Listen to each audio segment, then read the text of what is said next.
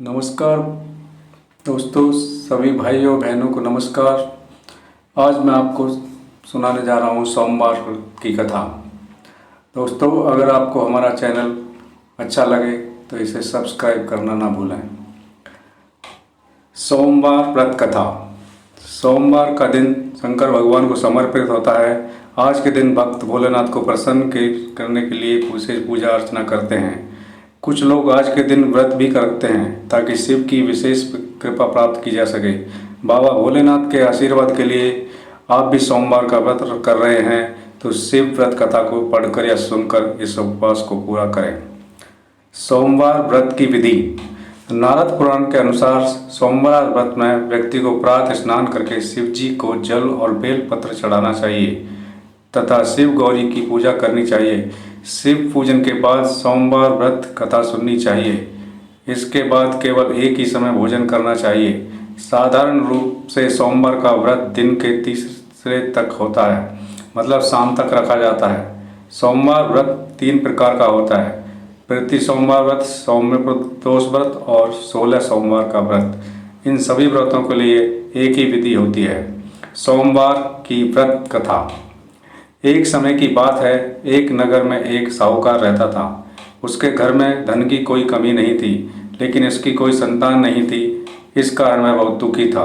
पुत्र प्राप्ति के लिए वह प्रत्येक सोमवार व्रत रखता और पूरी श्रद्धा के साथ शिव मंदिर जाकर भगवान शिव और पार्वती जी की पूजा करता था। उसकी भक्ति देखकर एक दिन माँ पार्वती प्रसन्न हो गई और भगवान शिव से उस साहूकार की मनोकामना पूर्ण करने का आग्रह किया। पार्वती जी की इच्छा अनुसार भगवान शिव ने कहा, हे पार्वती, इस संसार में हर प्राणी को उसके कर्मों का फल मिलता है। जिसके भाग में जो हो उसे भोगना ही पड़ता है। लेकिन पार्वती जी ने साहूकार की भक्ति का मान रखने के लिए उसकी मनोकामना पूर्ण करने की इच्छा जताई। माता पार्वती के आग्रह पर शिव जी ने साहूकार को पुत्र प्राप्ति का वरदान तो दिया, लेकिन साथ ही यह भी कहा कि उसके बालक की आयु केवल 12 वर्ष होगी। माता पार्वती और भगवान शिव की बातचीत को साहूकार सुन रहा था। उसने न तो इस बात की खुशी थी और न ही दुख। पहले की भांति शिव जी की पूजा करता रहा। वह कुछ समय बाद साहूकार के घर एक पुत्र का जन्म हुआ। जब वह बालक 11 वर्ष का हुआ तो उसे पढ़ने के लिए काशी भेज दिया गया। साहूकार ने पुत्र के मामा को बुलाकर उसे बहुत सारा धन दिया और कहा कि तुम इस बालक को काशी विद्या प्राप्ति के लिए ले जाओ और मार्ग में यज्ञ कराना। जहाँ भी यज्ञ कराओ वहाँ ब्राह्मणों को भोजन कराते और दक्षिणा देते हुए जाना। दोनों मामा भांजे इसी तरह यज्ञ कराते और ब्राह्मणों को दान दक्षिणा देते काशी की ओर चल पड़े। रात में एक नगर पड़ा जहाँ नगर के राजा की कन्या का विवाह था, लेकिन जिस राजकुमार से उसका विवाह होने वाला था वह एक आंख से काना था। राजकुमार के पिता ने अपने पुत्र के काना होने की बात को छुपाने के लिए एक चाल सोची। साहूकार के पुत्र को देखकर उसके मन में एक विचार आया। उसने सोचा, क्यों न इस लड़के को दूल्हा बनाकर राजकुमारी से विवाह करा दूं। विवाह के बाद इसको धन देकर विदा कर दूंगा और राजकुमारी को अपने नगर ले जाऊंगा। लड़के को दूल्हे के वस्त्र पहनाकर राजकुमारी से विवाह कर दिया गया, लेकिन साहूकार के पुत्र ईमानदार था।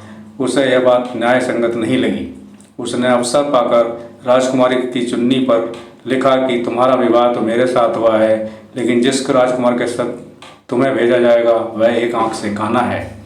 मैं तो काशी पढ़ने जा रहा हूँ। जब राजकुमार ने चुन्नी पर लिखी बातें पढ़ी तो उसने अपने माता पिता को यह बात बताई। राजा ने अपनी पुत्री को विदा नहीं किया, जिससे बारात वापस चली गई। दूसरी ओर साहूकार का लड़का और उसके मामा काशी पहुँचे और वहाँ जाकर उन्होंने यज्ञ किया। जिस दिन लड़के की आयु 12 वर्ष हुई उसी दिन यज्ञ रखा गया। लड़के ने अपने मामा से कहा कि मेरी तबीयत कुछ ठीक नहीं है। मामा ने कहा कि तुम अंदर जाकर सो जाओ। शिव जी के वरदान अनुसार कुछ ही देर में उस बालक के प्राण निकल गए। मृत भांजे को देख उसके मामा ने विलाप शुरू किया। संयोगवश उसी समय शिव जी और माता पार्वती उधर से जा रहे थे। पार्वती ने भगवान से कहा, स्वामी, मुझे इसके रोने के स्वर सहन नहीं हो रहा। आप इस व्यक्ति के कष्ट को अवश्य दूर करें। जब शिव जी मृत बालक के समीप गए तो वह बोले कि यह उसी साहूकार का पुत्र है जिसे मैंने 12 वर्ष की आयु का वरदान दिया। अब इसकी आयु पूरी हो चुकी है। लेकिन मातृभाव से विभोर माता पार्वती ने कहा कि हे महादेव, आप इस बालक को और आयु देने की कृपा करें, अन्यथा इसके वियोग में इसके माता पिता भी तड़प तड़प कर मर जाएंगे। माता पार्वती के आग्रह पर भगवान शिव ने उस लड़के को जीवित होने का वरदान दिया। शिव जी की कृपा से वह लड़का जीवित हो गया।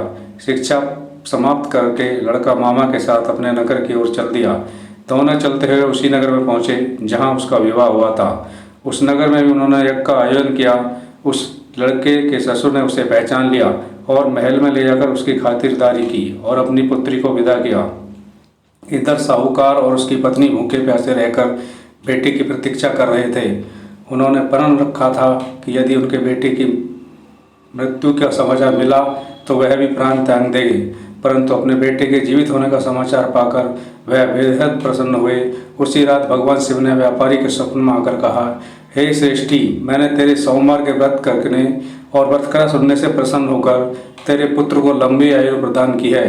इसी प्रकार जो कोई सोमवार व्रत करता है या कथा सुनता है और पढ़ता है, उसके सभी दुख दूर होते हैं और समस्त मनोकामनाएं पूरी होती हैं।